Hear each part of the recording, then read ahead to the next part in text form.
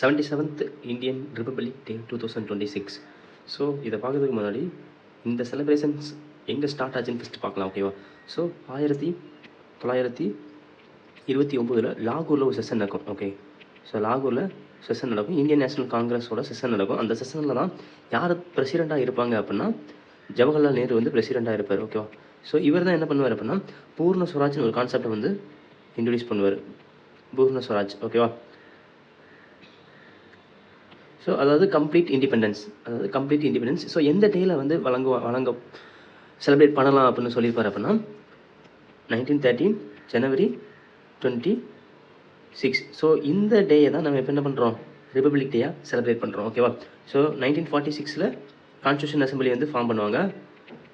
Constitution assembly form பண்ணி 1949 வந்து November 26 வந்து என்ன பண்ணுவாங்க அப்படின்னா கான்ஸ்டியூஷன் எழுதி முடிப்பாங்க. ஸோ எவ்வளோ நாள் எழுதியிருப்பாங்க அப்படின்னா 2 years 11 months 18 days எழுதி இன்றைக்கி வந்து சப்மிட் பண்ணுவாங்க, ஓகேவா? ஸோ இது வந்து ஏற்றுக்கொள்ளப்பட்ட தினம் தான் 1949 நவம்பர் 26, ஓகேவா? ஸோ அது எப்போ நடைமுறைக்கு வந்துச்சு அப்படின்னா 1950 ஜனவரி 26. ஸோ குடியரசு தினம் சொல்கிறாங்களா, ஸோ இன்றைக்கி தான் இந்த டேட்டில் தான் அப்போ வந்து கான்ஸ்டியூஷன் வந்து நடைமுறைக்கு வந்துச்சு, ஓகேவா?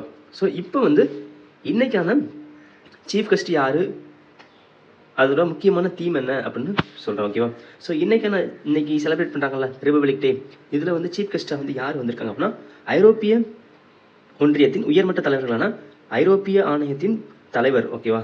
ஸோ யூரோப்பியன் யூனியன் இருக்குல்ல, ஸோ அதோட உயர்மட்ட தலைவரில் வந்து ஒரு முக்கியமான தலைவர், ஓகேவா? அவர் பேர் என்னன்னா உர்சுலா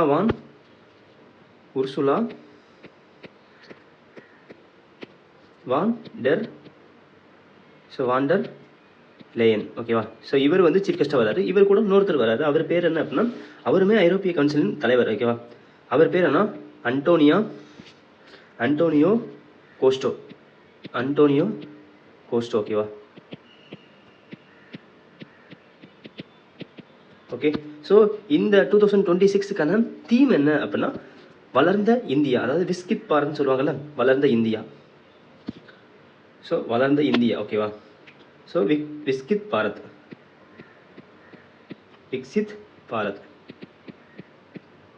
ஸோ இன்னொரு தீம் என்னன்னா பாரத் லோக் தந்திர கி மாற்றுகா, ஓகேவா? ஸோ பாரத்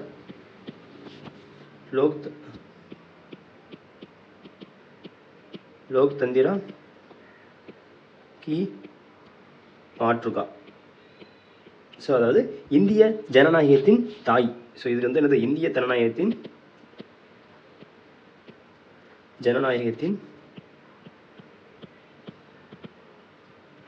தாய், ஓகேவா? ஸோ விஸ்கித் பாரத்னா வளர்ந்த இந்தியா.